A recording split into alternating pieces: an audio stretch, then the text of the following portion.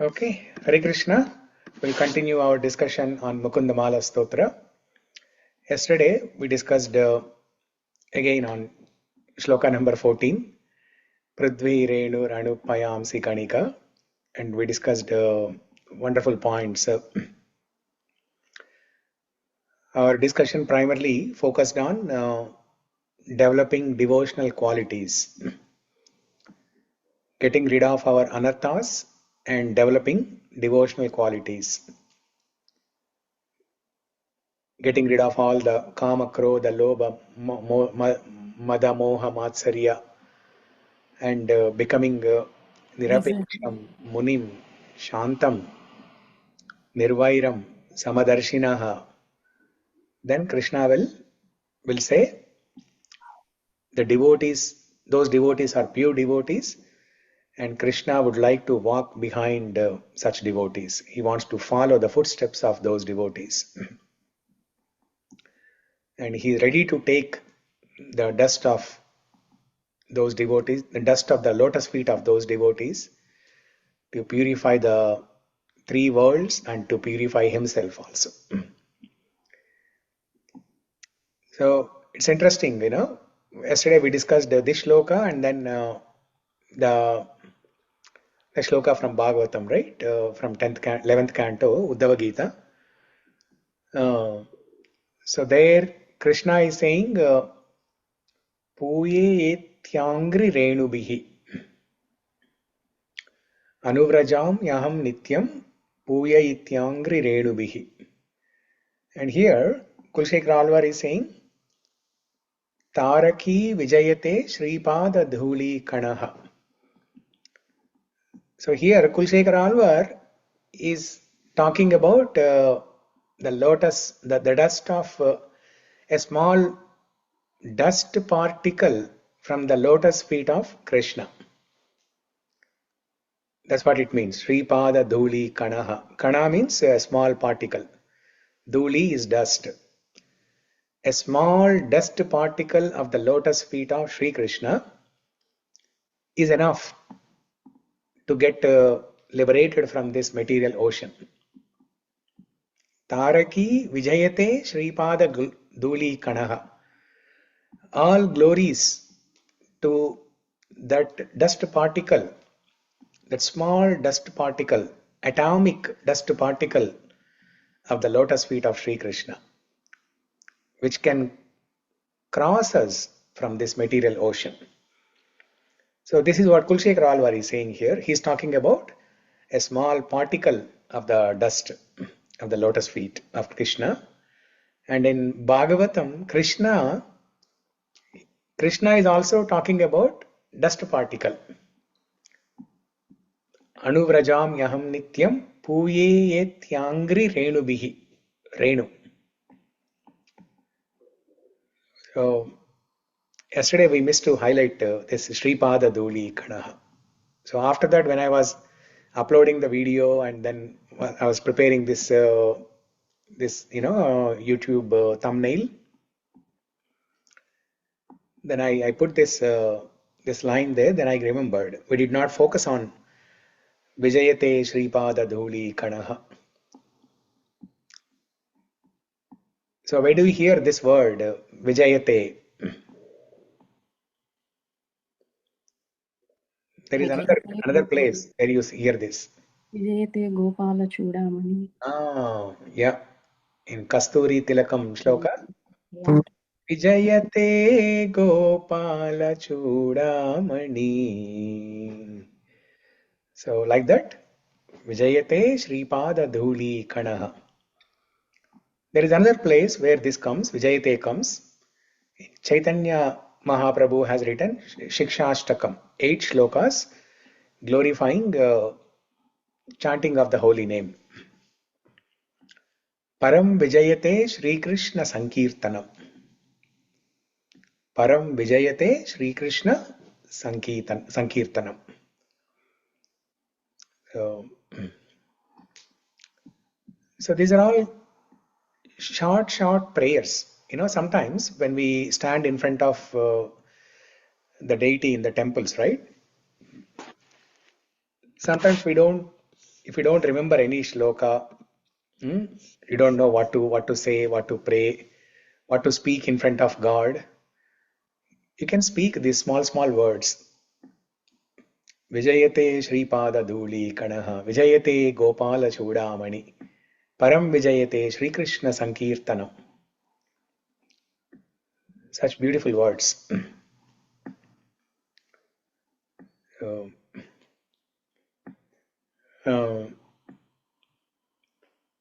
if you just look at the beauty of if you look at the fortune of all the people like us who are able to recite the words spoken by Krishna. The shloka that we discussed yesterday, Nirapeksham Munim Shantam, that shloka was directly spoken by Sri Krishna personally. And we are so fortunate to repeat, to recite the words of Krishna. How much blessed we are. What a fortune. This opportunity doesn't come to everybody. There are there are some billions of people in this world, out of which how many are getting an opportunity to recite, repeat the words spoken by Sri Krishna. The words coming from the Mukha Padma of Sri Krishna. How many of us got that opportunity? So we should relish every syllable, every letter, every word, every line spoken by Krishna is so precious. Between the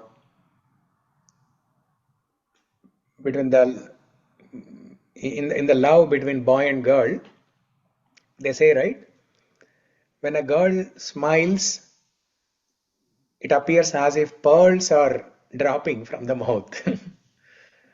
Right? That is during the college days before the marriage. So now if such a glorious metaphor is used to glorify the smile of a lady, now what to speak of the words spoken by Krishna? Every letter is like a pearl. Every syllable, every letter, every alphabet spoken by Krishna is like a pearl. It's like a diamond, not even pearl. It's more precious than that. It's like diamond. So we should keep that in mind whenever we are reciting Bhagavad Gita or shlokas from Bhagavatam, especially shlokas recited by Krishna directly. We should be very thankful to Krishna for giving us this opportunity. It doesn't come so easily. Even the people who are practicing bhakti, how many of them are hearing or reciting or repeating Krishna's words on a daily basis? Not so many.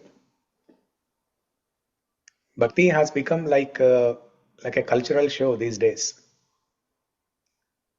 They come to the temple, they participate in so many events, there are festivals, services. Sometimes it becomes mechanical. But unless we relish Srimad Bhagavatam, unless we do this Bhagavata Rasaswadana, how can we develop emotions for Krishna? How can we develop feelings for Krishna? How can we become attached to Krishna? When we look at the deity of Krishna, the beautiful deity of Krishna, for example, Shyamala has some picture here, Chandrakala has some picture. When we go to temple, we see beautiful deities. But more than that, or better than that, is to relish the beauty of Bhagavat Katha, Krishna Katha.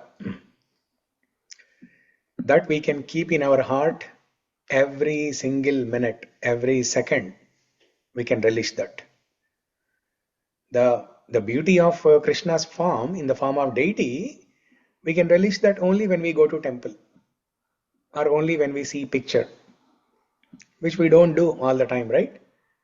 In a day, how many of us are going to the temple every day? And how many of us are seeing Krishna's pictures every day? But one thing that we can always keep in our mind is the Krishna Katha, some words of Krishna Katha. So that will be more beautiful, more relishable. This will be Bhagavata Rasaswadana. As it was mentioned in that Bhagavata shloka, when we discussed Bhagavatam is a boat, right? Leela, Leela Rasa, Leela Katha Rasa. Leela Katha Rasa. It's a mellow. Rasa means what? That's the essence of anything.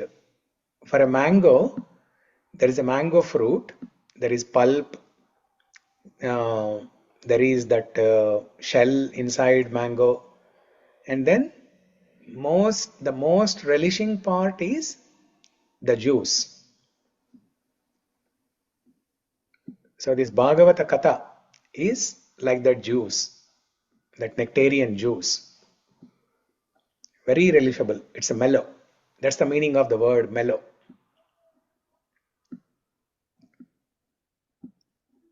Yeah. Okay. So Mukundamala stotra, there are different topics that are described in discussed in Mukundamala stotra.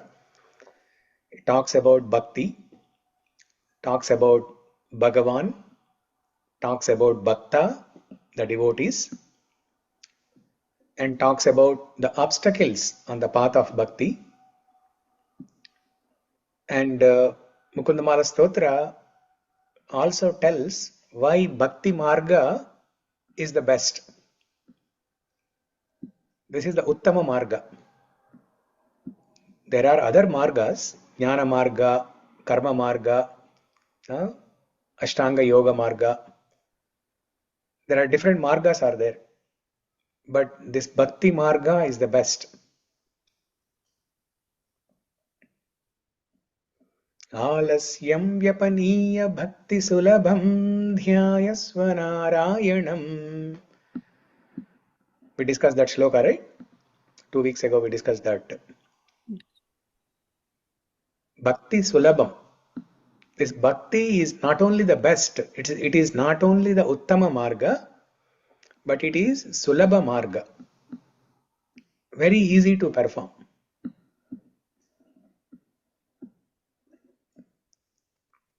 So Mukundamala stotra emphasizes why bhakti is best. Mukundamala stotra also glorifies the chanting of holy name, which was the topic of shloka number 15. Hey loka shrunuta prasuti marana vyadhe chikitsamimam yogagnya samudaharanti munayo yam yagnya valkadaya Antarjyotirameyamekam krishnakhyamapiyatam tat pitam paramaushadham vitanute nirvanamatyantikam. So, krishnakhyamapiyatam. Krishnakhyam means Krishna Namam. Drink the nectarian juice of, drink the nectarian juice of Krishna Nama. Drink this Krishna Namamritam. And there are many other shlokas that glorify Sri Krishna Namamrita. So like that, these are different topics. What are the different topics? Bhakti, Bhagavan, Bhakta, the obstacles on the path of Bhakti, like the last 4 or 5 shlokas we have discussed, right? Shlokas 11 to 15, how we are suffering in the material ocean, how there are so many problems all the time. Even when you are practicing bhakti also, there are problems. So Mukundamala stotra discusses these obstacles on the path of bhakti and why bhakti is best.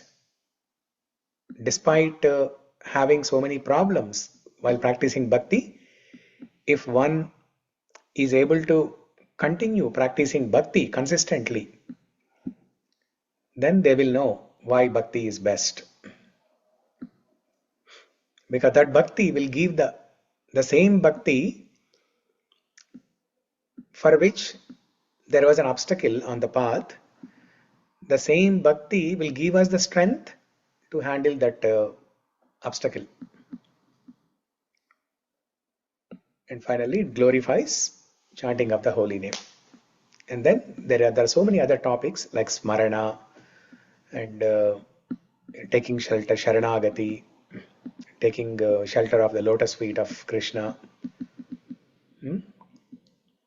sense control. That's another topic in Mukundamala Stotra. So many different topics. Is sense gratification is same like desireless, Prabhuji? Sense gratification is what? Is same like desireless? No, sense gratification means engaging in, having desires, having material desires, and engaging in sense enjoyment. That's the meaning of the word gratification. Gratification means to enjoy. Okay.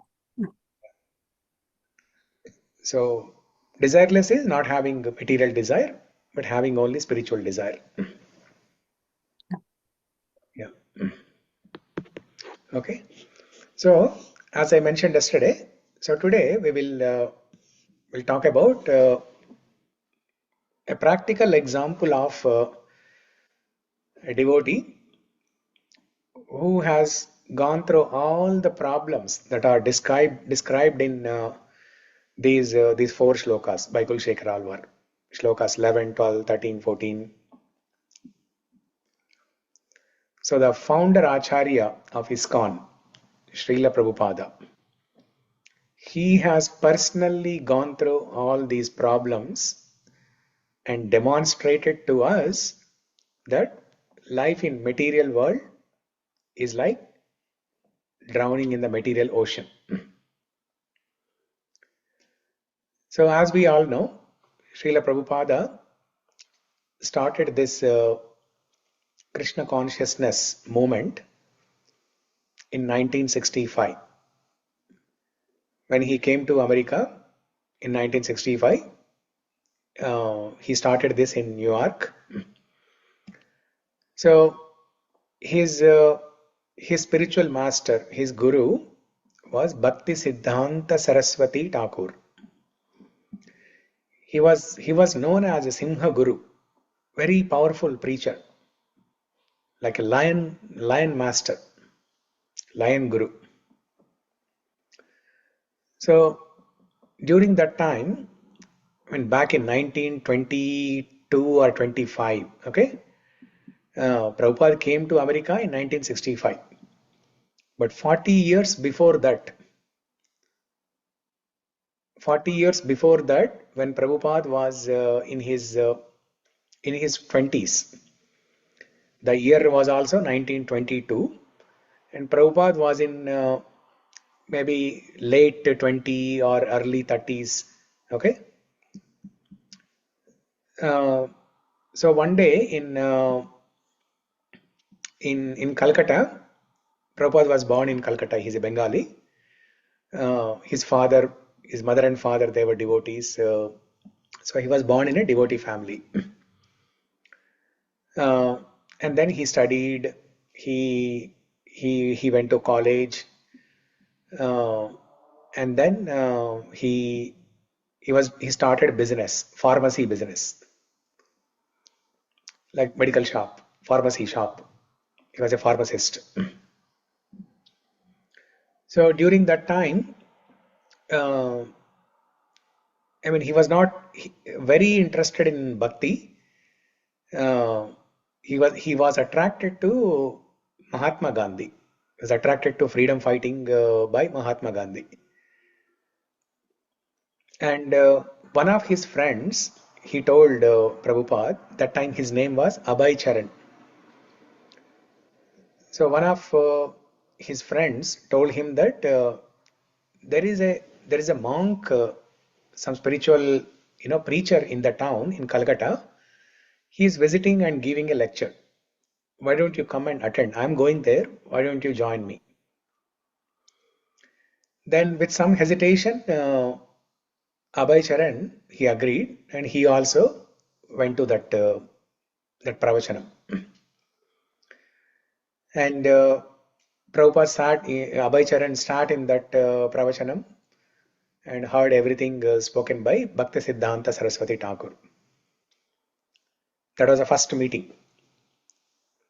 And after the lecture, his friend introduced him to Bhakti Siddhanta Saraswati Thakur.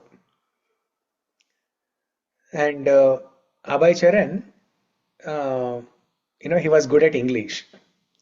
So while talking to Bhakti Siddhanta Saraswati Thakur, he introduced himself. He spoke a little bit English, some Bengali, like that. And then hearing this, Bhakti Siddhanta Saraswati Thakur, he just casually told Abhay Charan that you are very good at English. Why don't you go to Western countries and preach? Go to Western countries and teach Krishna's message. Prabhupada, he did not take it seriously that time. He thought maybe he just casually, like jokingly, he just said that. And then after that, Abhay Charan, he continued his business, and then he married, he had children. Uh, unfortunately, unfortunately or fortunately actually, the wife was not very favorable. She was not only favorable to bhakti, but also not. Uh, there was no cordial relationship between Abhay Charan and his wife. So it was not a very successful marriage, let me put it that way. So and slowly uh, Prabhupada started developing interest in the teachings of Bhakti Siddhanta Saraswati Thakur. He kept on hearing his lectures, he kept on reading books, all those things.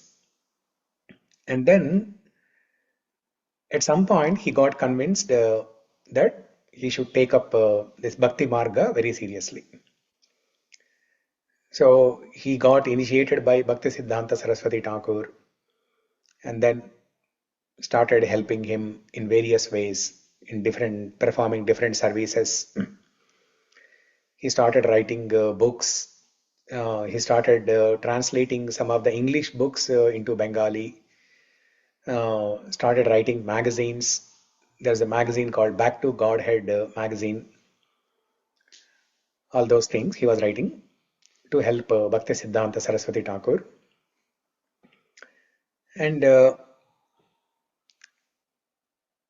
And many times Bhakti Siddhanta Saraswati Thakur asked Abhay Charan to take sannyasa.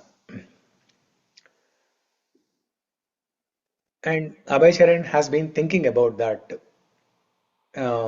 Initially he thought it's a big commitment. Becoming a sannyasi is a big commitment. So he was not ready for that. But he was not ready for that. But even in being a gruhastha, in the family life, he dedicated his life to this bhakti. And the pharmacy business, it almost came to an end because as he started spending more time in bhakti, he could not focus much time on business. So the business was going through a rough period. There were a lot of losses. Eventually, he closed it. He closed the shop, and then he was writing. Uh, uh, he was translating commentaries of Bhagavad Gita by previous acharyas into Bengali. And one day, his wife, after Prabhupada closed the pharmacy shop, there was a struggle for money also. So one day, Abhay Charan's wife, she called in India you get those paper wala, right? Not paper selling, but there will be some people who will be coming on the streets to buy newspapers, and they'll give you some money. Newspapers or any paper that you have at home, like textbooks or anything. I remember in my childhood days, after 1 year is done, next year when we start a new grade, all the books from previous year, my books, my sister's books, everything on the newspapers, daily newspapers, we used to stack them up, and then we used to give to that person, and he will weigh those papers and give some money. So like this, one day Abhay Charan's wife, when Abhay Charan was not at home, she called this person, and she sold the precious papers on which Abhay Charan wrote the Bengali translations of Bhagavad Gita commentaries. She sold them to this person just for some small amount of money. In fact, just to get some money so that she can buy ingredients to make tea. And then when Prabhupada came home, when he came to know that wife did this, he was so disappointed.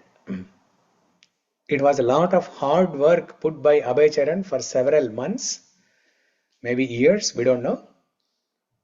And everything was gone in just one day. She sold everything just for a few rupees of money. As Kurukshetra mentioned in that shloka, Dara Varte, wife is like a whirlpool. So Prabhupada had a practical experience of Dara Varta. And then he was convinced, Prabhupada was convinced that he should take sannyasa. This grihastha life, family life, is not working in his favor to practice bhakti. So it is the time, it is the right opportunity now to take up sannyasa. So then he entrusted the caretaking of the wife to the grown-up children, and then he took up sannyasa. But by that time, his guru, Bhaktisiddhanta Saraswati Thakur, he passed away. He left from this world. And then he took the instruction of Bhaktisiddhanta Saraswati Thakur very seriously. Two instructions. One instruction is to go to Western countries and start preaching Krishna's message. Another instruction is to take up sannyasa. But his guru has left, he passed away.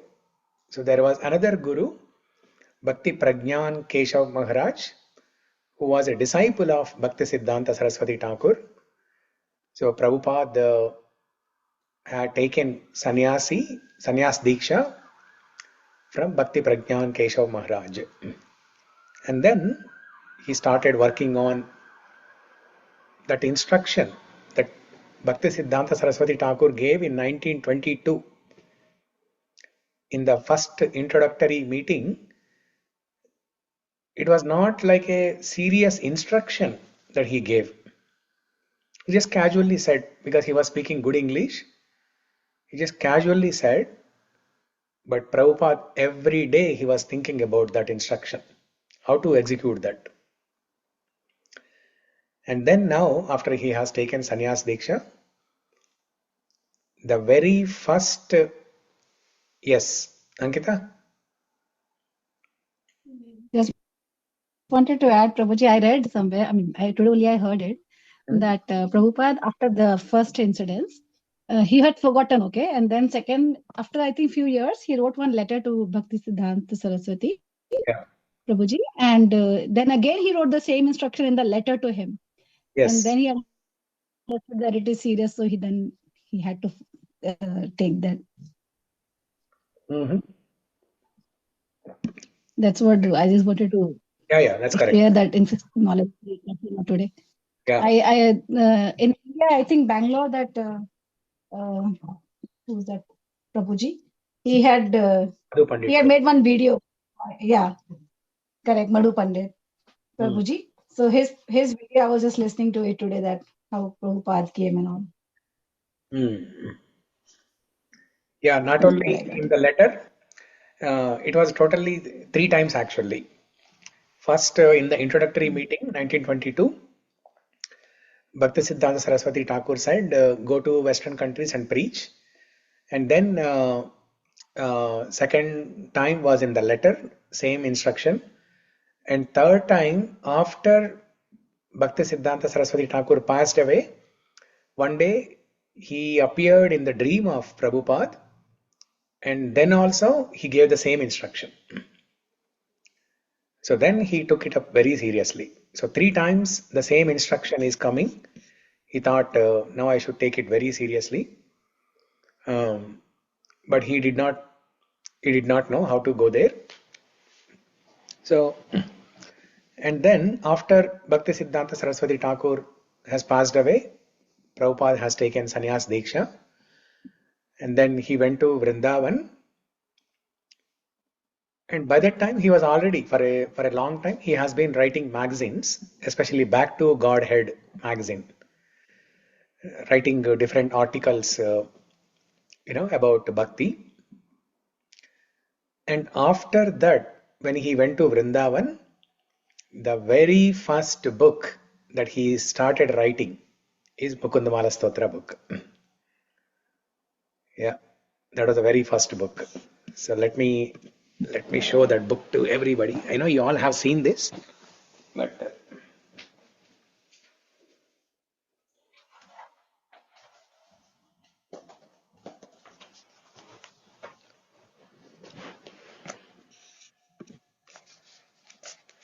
so this is the one. So you have it. Is that Telugu, Shamala? Yes, Prabhuji. Okay. So you bought it in Rajahmundry? ISKCON Rajahmundry. Okay, nice. Same book, Prabhuji. Okay, Sarita also bought it. Yeah, so nice. From Sarita? From Nellore, Prabhuji. Nellore. Okay, everybody open their books and keep it like this. Shamala, your book I cannot see properly. Yeah, maybe because of the background settings, Prabhuji. Yeah, Yeah. very good. Yeah, that's good. Now I can see. Yeah, yeah, very good. Ankita, did I give you a book? Yes, Prabhuji, I have it from you, Prabhuji. Okay, Right. I will share it later, Prabhuji. Right now I'm not in the room. that's okay. Yeah, Chandrakala, did I give you a book? No, Prabhuji. Okay, Sunday is done, Miku nenu. Okay. Okay, Prabhuji. Yeah, yeah. Okay, so this is the first book that he started writing. And this book was very dear to him. Mukundamala Stotra was very dear to Prabhupada. He had written so much. He had written commentary on Bhagavad Gita. He had written commentary on 18,000 shlokas of Bhagavatam. He had written commentary on Chaitanya Charitamrita and so many other small books. But this Mukundamala Stotra is very dear to him. He used to recite that Krishna Twadhiya Pada Pankaja Panjarantam shloka that we discussed, 33, shloka number 33. Every day, whenever he was walking in the hallway, he used to recite that shloka. So now coming back to um, this. So where were we? Vrindavan, right? Vrindavan, when Prabhupada started One writing. question, Prabhuji, before that. Hmm. I read this book. It was written that Prabhupada could only translate the first two or maybe three, I forgot, Six. verses, and then somebody else worked. So who's the other person? Like he's there now with us? Like So Prabhupada in Vrindavan, this was the first book he started writing. He wrote commentary on the first six shlokas. And then Prabhupada felt the urgency of writing commentary on Bhagavatam. Bhagavad Gita he has already written by that time. But then he felt the urgency of writing Bhagavatam also because he was already old that time. He was already 65 or closer to 70 years old. He thought, I don't have much time, so let me write Bhagavatam. And then he put a pause to Mukundamala stotra. He wanted to come back to this after Bhagavatam. But after Bhagavatam and Chaitanya Charitamrita, then he did not have much time. And then he left this world. And then after that, his disciple, Prabhupada's disciple, Swatsvarup Das Goswami, he has written the commentary on other shlokas. I meant to ask, is that the disciple? He is still there with us? Or No. he's also not. Yeah, he's also not there. Okay. Yeah. In fact, he is the one who has written the biography of Prabhupada, Leelamrita.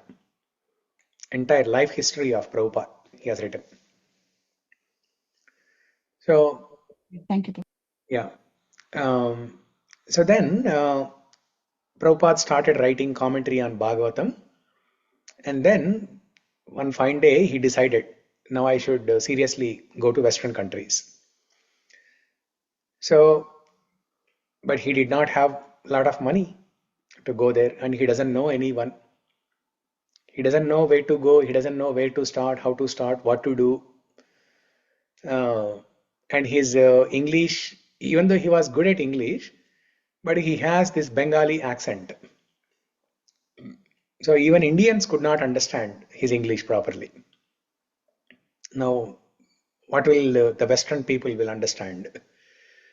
So he had no clue what to do, where to go, how to execute the instruction of his guru.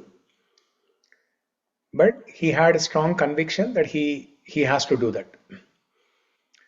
Then he went to a shipyard in Calcutta. He went to a shipyard and spoke to Morarji Desai, who was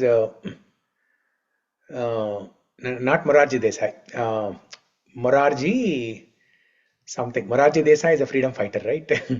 So some Morarji.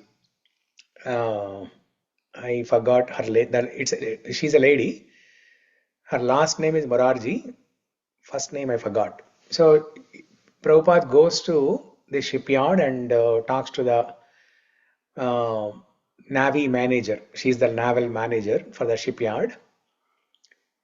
Prabhupada speaks to her and requests for a ticket to go to America by cargo ship.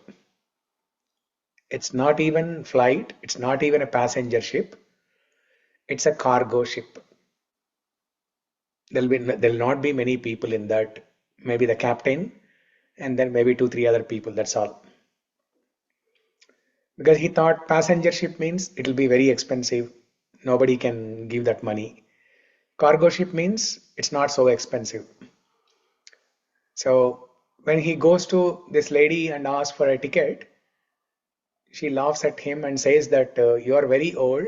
It's very dangerous, very risky for you to travel by sea. You may not even survive. And you don't even know anybody there. You don't have anybody. You don't have any money. What are you going to do there? I think you will fail in your attempt. But Prabhupada kept on insisting. He used to visit her multiple times on different days. Finally, she agreed. And she gave, she arranged for a visa and then a ticket. That's called Jaladuta. That ship was called Jaladuta. So, one fine day, Prabhupada started sailing on the ship. All he was carrying was 40 rupees worth of US dollars. Or maybe Indian currency only. He was carrying Indian currency only, 40 rupees. Indian currency. Those days, 40 rupees, maybe probably like 10,000, 20,000 worth rupees. That's all he carried. And then in a trunk box, he carried Bhagavatam. The Bhagavatam manuscript as well as some commentary that he has written. He carried that and then he started sailing. It was a long journey, cargo ship, right? So it sails slowly. He started sailing on the ocean. And during the journey, he had 2 heart attacks and lot of seasickness, so many problems, and then 2 heart attacks. It felt almost like impossible to survive. And Prabhupada was almost crying, and then he was writing some poems, praying to Krishna that, "Oh Krishna, why are you engaging me in activity like this? It seems very difficult. It feels like almost an impossible task. I don't know how I can do this, but all I want to do is fulfill the desire of my spiritual master." So the faith in the words of spiritual master, faith in Krishna, that gave him the strength. And then, he was in that difficult condition only. He was crossing those 7 oceans to come to America. And it was completely miserable. The entire journey was completely miserable. So Prabhupada, now let's connect this journey of Prabhupada with Mukundamala Stotra shlokas. The Bhavajaladi Magadham Dhustaram Nistareyam. That one, and then what was the other one?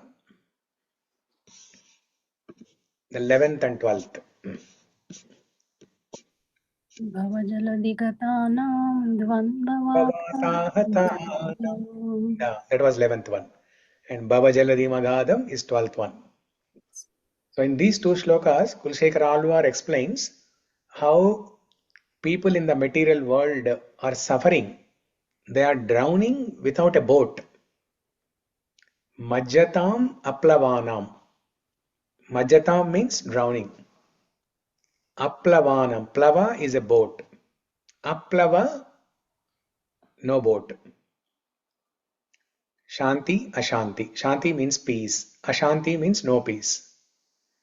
Plava, boat. Aplava, no boat. So exactly like how it is described in those shlokas, Prabhupada suffered during the sailing of those 7 oceans, only to demonstrate to all of us that life in the material world is very miserable. It's like drowning in the ocean. He demonstrated this practically by his journey to America. And then when Prabhupada came to America, then he explained, after he did not reveal all these things for a very long time. He started, uh, you know, he started singing kirtans and he started writing books. I continued to write books, all those things. And slowly, people got attracted to him. And then in 10 years, he built 108 temples across the world. And he had many disciples, many followers. Much later, he revealed what exactly happened in the boat. Like how he got heart attacks and and then he revealed much later he revealed. He did not reveal this a very interesting important thing in the beginning, but much later he revealed, saying that Krishna personally came and massaged his head. When he was having headache because of seasickness and when he had heart attacks, Krishna personally came and massaged his head. So based on that, one of Prabhupada's disciples, they made a painting. So let me show you that.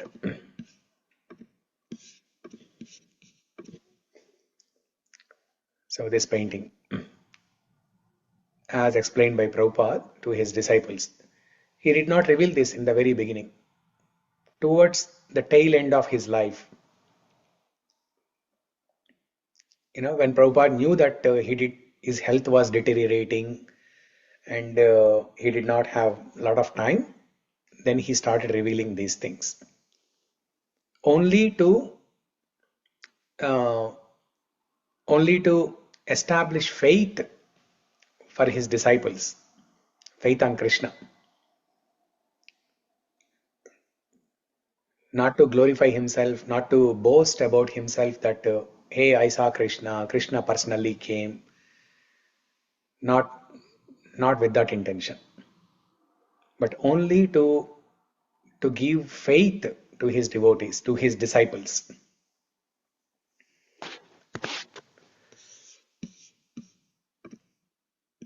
And then, and just like the other day we discussed, right, the Gita Dhyana Shloka, Kaivartaka Kesava.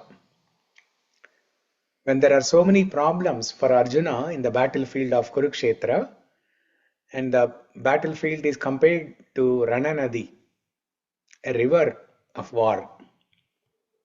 And there are Bheeshmadrona are two banks, two shores, and asvatthamavikarna, they are like crocodiles. Duryadhana is like a whirlpool. Jarasandha is like the water in the ocean. And Krupa is like the flow of the water. So amidst all these problems, Krishna protects, Krishna saves Arjuna like a boatman, Kaivartaka Kesava. Now the same exact thing happened to Prabhupada. Prabhupada was in the boat and Krishna came as a boatman, Kaivartaka Kesava, and saved Prabhupada.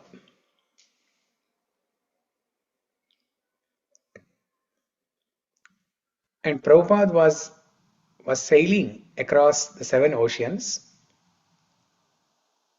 but he was carrying 7 oceans in his trunk box. What was he carrying in his trunk box? He was carrying Srimad Bhagavatam. So what does it mean to say that he was carrying 7 oceans in his trunk box? Remember, we discussed about 7 oceans one day. Ramanujacharya, who is the prominent Acharya for Sri Vaishnava Sampradaya, while writing commentary to Bhagavad Gita Shloka, Manmana Bhava Madbhakto Madhyaji Mam Namaskuru Mame Vaishvasi Satyam Te Pratijani Priyosime. So Ramanujacharya, in that shloka, Krishna says, always fix your mind upon me. Manmana Bhava Madbhakto. Always think about me. Smarana. Bhagavan Nama Smarana, Bhagavat Smarana. So Ramanujacharya explains how to do this Bhagavat Smarana. The Bhagavat Smarana is possible when we swim in the 7 oceans of Krishna. What are the 7 oceans of Krishna? Saundarya, Saushilya, Madhurya, Audarya, Gambhirya, Karunya, Vatsalya. These are the 7 oceans of Krishna. Saundarya Jaladi. That means those sections of Bhagavatam that are glorifying Krishna's beauty. Saushilya. Saushilya is character. That section of Bhagavatam which glorifies Krishna's character.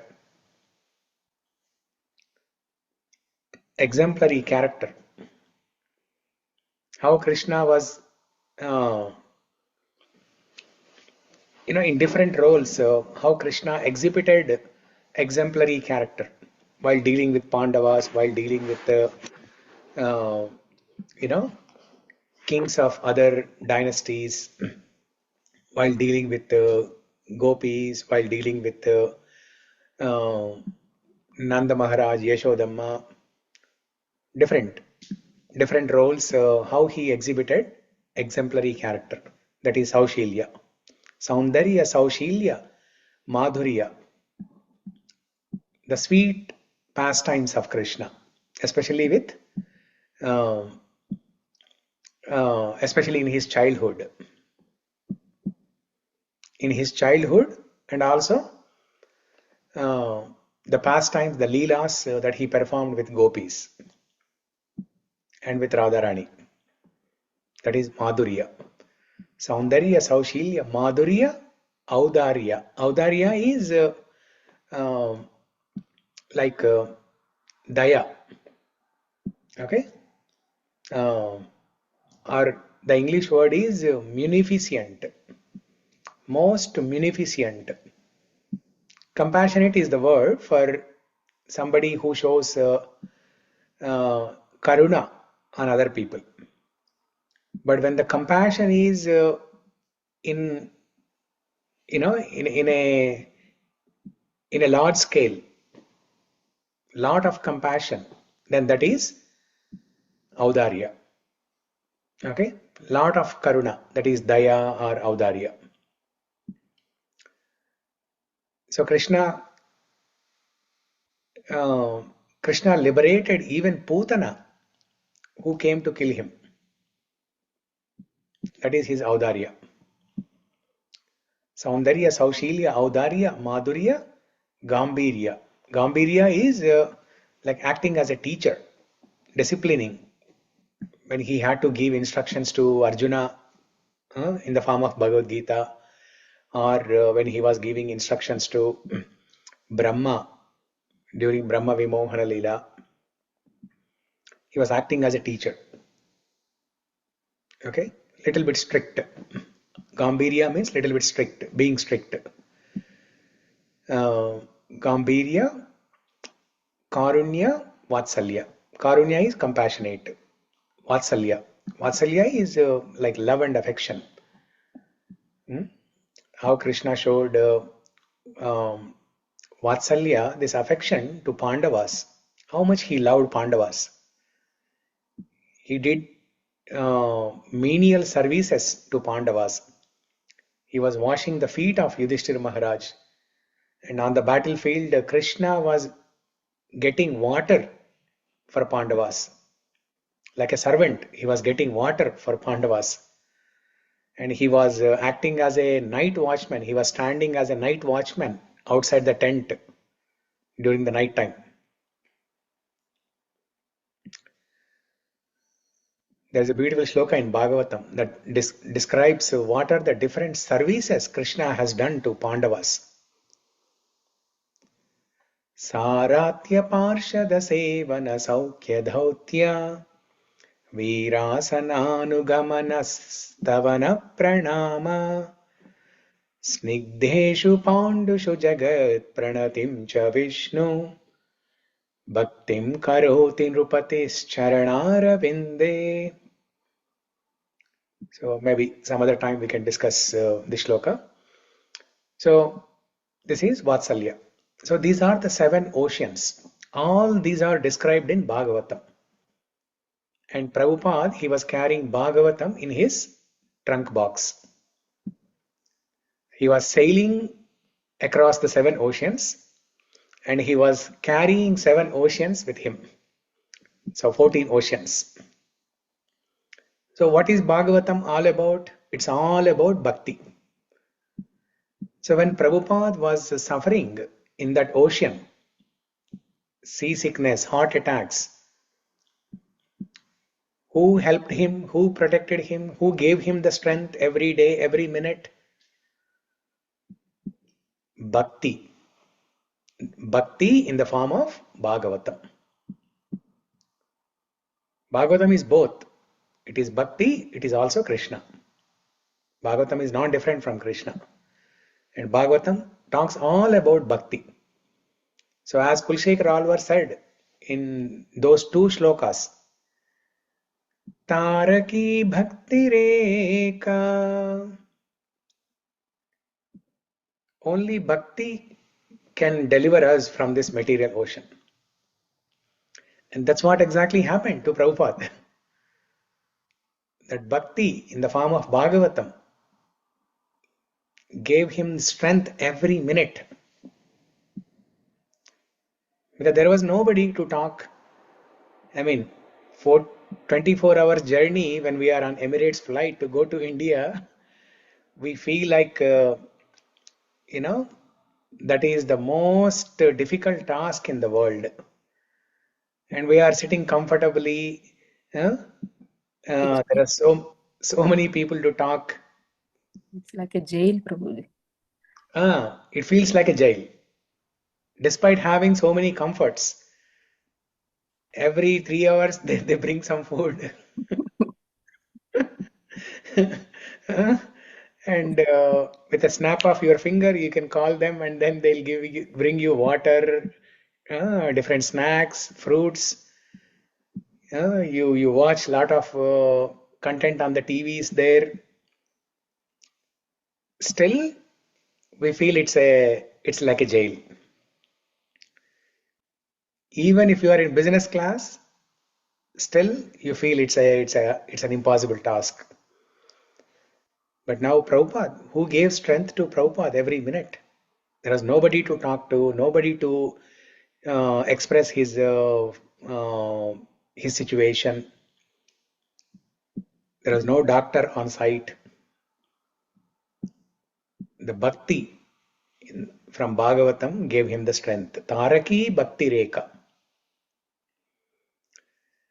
And finally Prabhupada came to America. He came to America and then he started singing kirtans, sitting in a park in New York. And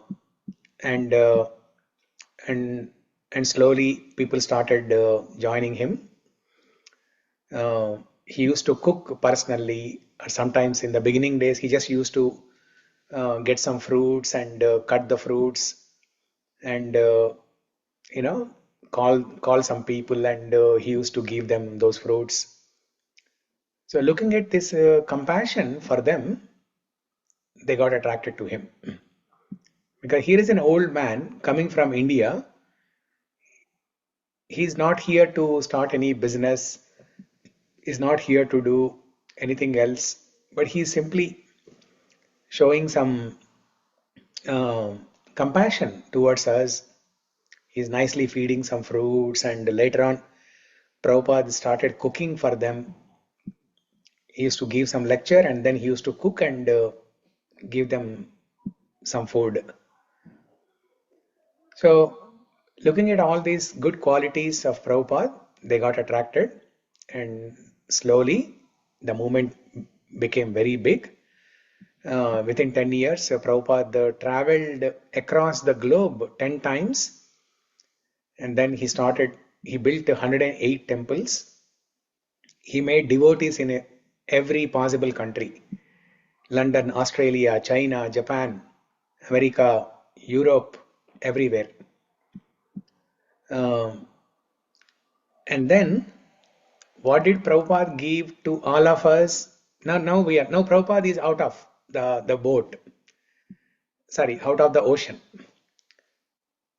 So Kaivartaka Kesava Krishna delivered him, and also Bhakti in the form of Bhagavatam protected him every minute. Bhakti gave him the strength. Now we are there. Now in the material ocean, we are drowning, we are suffering. So Prabhupada gave us this Bhakti Nava. Kurukshetra Alvar in 13th shloka, as he prays to the Lord, Bhakti Navam Prayacha. O Mukunda, please give me this boat of Bhakti. Prayacha means please give. What to give? Bhakti Nava, this boat called Bhakti. That's what Prabhupada gave to all of us. He gave this Bhakti Nava to all of us by introducing this Bhakti to us.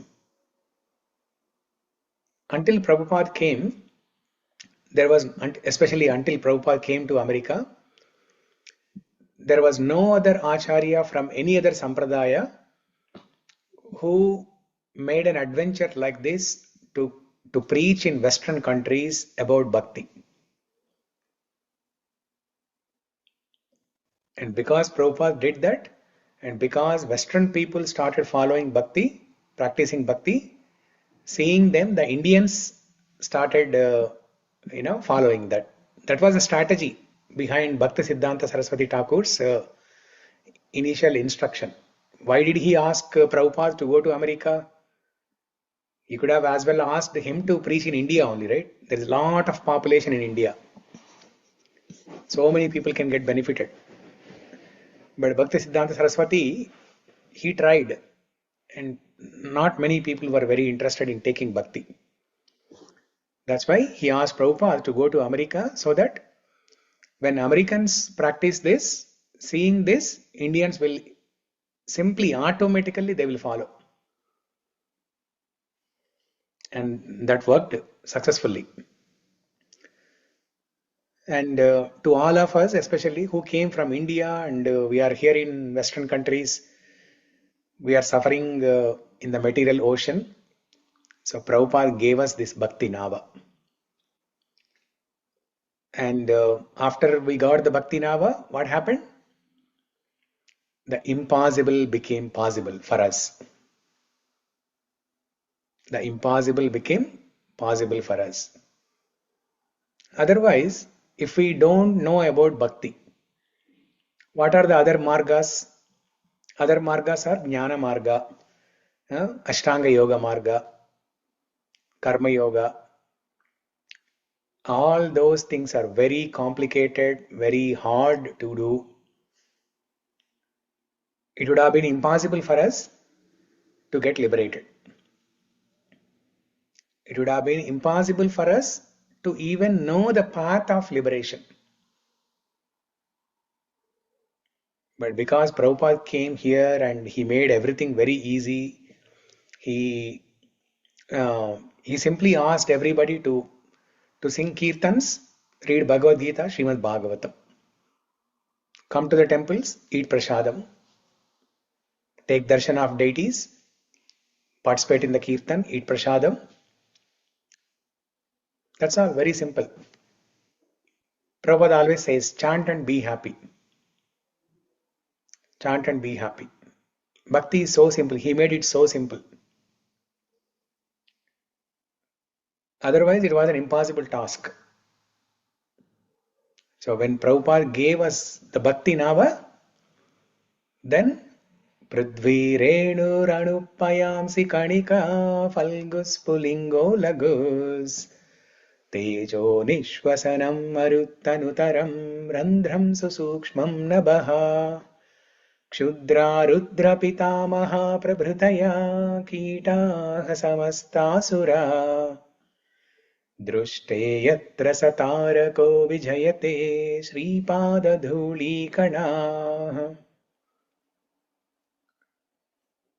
All those things became possible.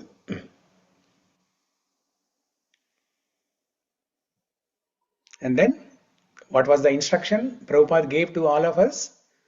Chant and be happy, right? And Kulshekar Alvar mentioned this in 15th shloka. Okay, just one second. Now, Hare Krishna Prabhu.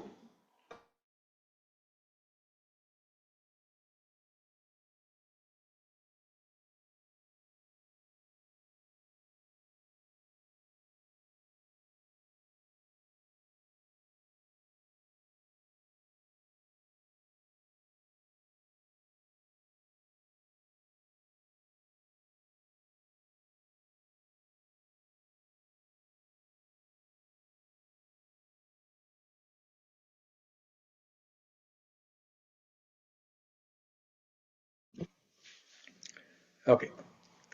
So, in 15th shloka, what is the instruction Kulshekar Alvar gave? Krishna Mapiyata. Ah. What is the full line? Antharjyotiramiyamritam Krishnakyam. Yeah. Krishnakyam, Krishna Nama, Apiyatam. Drink this nectar of Krishna Nama Amrita. In simple words, that is what Prabhupada said. Chant and be happy. So the shlokas from 11 to 15 exactly glorify what Prabhupada has done to all of us. What Prabhupada has went through, has gone through personally, sailing in that ocean in the cargo ship, how Krishna protected him, just like how Kulshekar Alvar mentions in the shlokas here, how bhakti gives the strength to tolerate those problems. Everything that we discussed in the last 1 or 2 weeks, everything exactly happened like a series of events. Like how Kulshekar Alvar described one after the other, 11, 12, 13, 14, 15. These series of events just exactly happened in the same order in Prabhupada's life. How wonderful.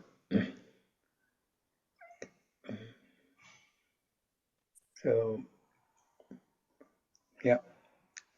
So we are highly indebted to Srila Prabhupada, and yesterday was the day, 60th year, on which day, September 17th was the day, 60 years ago, when Prabhupada came to America. So we are highly indebted to him, without whom we wouldn't be sitting together like this, discussing Mukundamala stotra. Only after Prabhupada came and wrote commentary and popularized this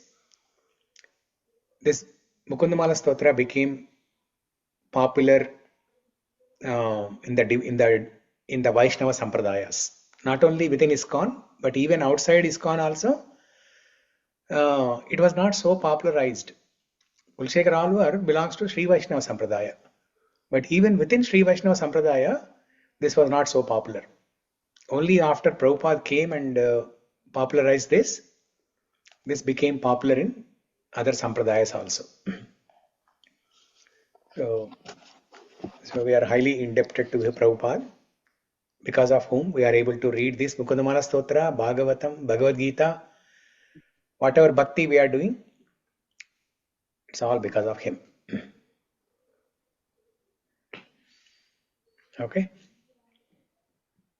So with that, we will conclude here. Mangalam Kosalendraya Mahaniya Gunatmane Chakravarti Kanujaya Sarvabhaumaya Mangalam. Mukundamala Stotra ki jai. Kulshekar Alvar ki jai. Srila Prabhupada ki jai. Hare Krishna. Hare Krishna. Hare Krishna, Prabhuji. Everyone for joining. We'll see. Tomorrow, Friday, who can join tomorrow? Shamla? I will let you know tomorrow afternoon, Prabhuji. Okay. If you can let me know at least by morning, then I can plan my evening also tomorrow. Sure, Prabhuji. Yeah, before 10, I will. So if everybody can let me know before 10 tomorrow morning, then I can plan something for my evening tomorrow. I am available, Prabhuji, for my am Are comfortable. available? Okay. Okay. So everybody, you can send me a message tomorrow morning. Sure, Prabhuji. Okay. Okay. Okay. Thank you, everyone. Hare Krishna. Hare Hare Krishna. Krishna, Prabhuji. Prabhuji, will you be talking more about Srila Prabhupada anytime? Not in this series of Mukundamala stotra, but maybe one day we can 1 or 2 days or maybe one whole week we can. It Sure, felt like Prabhuji. Krishna Katha Yeah, only, actually. yeah, even I also wanted to ask the same as Ankita Mataji asking. Yeah. So, Feels like very nectarian, Prabhuji. It feels like Krishna Katha only, actually. Yeah. It is so nice to discuss about his life history. Maybe we can spend one full I week. have read his book also, but and most of the things I've forgotten also. But now when you were telling again, I remembered those things. So it's been long back when I was in college at that time. I was reading Yeah, about him. sure. We can discuss sometime after I come back from India. Maybe we can discuss that time. So Prabhuji, Kartik Marsa, you are not here then? Kartik Mas, I'll be in India.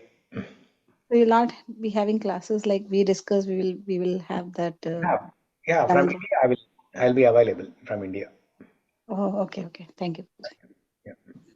Hare Krishna, Prabhuji. Thank you. Good night. Hare thank Krishna. you, Prabhuji. Thank you. Hare Krishna. Thank you.